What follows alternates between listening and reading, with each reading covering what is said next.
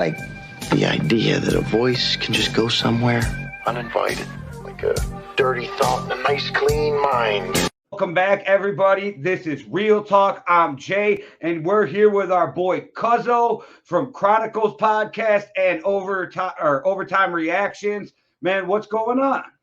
What's going on with you, Jay, man? How you been, man? Talk about the Chronicles podcast, and Okay. I want to know how that started. And man, 50,000 streams and downloads. That's what's up, my man. I appreciate that. So originally, I actually did music. I just go out there and try something different. You know, you can make it. You got a good voice, so you can make it happen.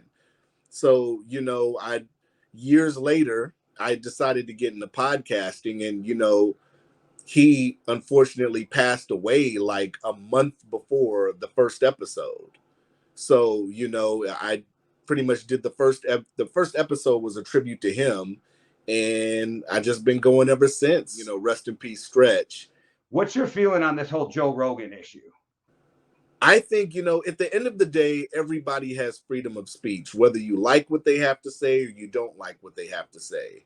And I think, unfortunately, with the Joe Rogan situation I think he might have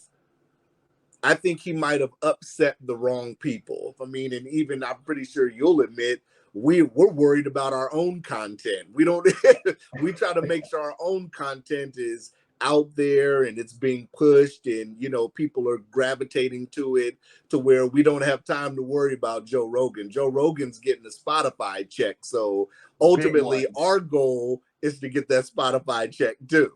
Right. So did you like the halftime show? Because I thought it was fire. I know there was audio issues and stuff, but that was my childhood in like 12 minutes. So I was really pumped about that halftime show.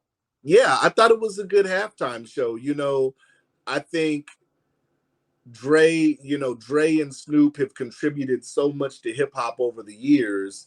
And then you have Mary J. Blige. And then, of course, you know, being from the West Coast myself, Kendrick Lamar, it was just a good show. I thought the memes of 50 hanging out upside down, though, were real funny. That was funny. Yeah, I mean, it opens up opportunities. And I think every city that the Super Bowl's in, you get a chance to highlight, you know, artists from that city.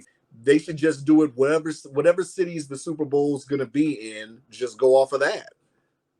I like promoting other people. So, you know, I believe that if I put that kind of energy in the air, that's the energy that's going to come back to me. We love watching you. But before we get to OverTime Reaction, how'd you hook up with OTH, Overtime Hustlin? Oh, man. So Suge would probably be more accurate than me. So when I used to rap, I used to give him songs for the mixtapes, because OTH used to have, you know, compilation mixtapes that they would put out and the things that I do. And, you know, him asking me to do certain things and him coming to me with ideas, and we bounce ideas off, and it's a great creative process. So, you know, when he asked me to sit up here and do something like reactions, I was all in.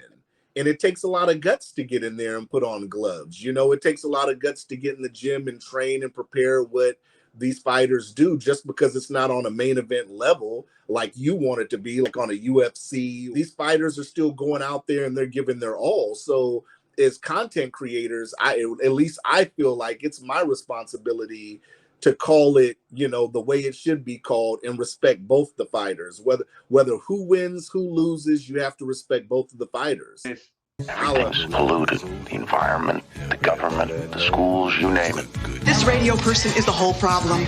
Are we going to allow this guy to be heard by anyone who can turn a dial? You out there? You listening?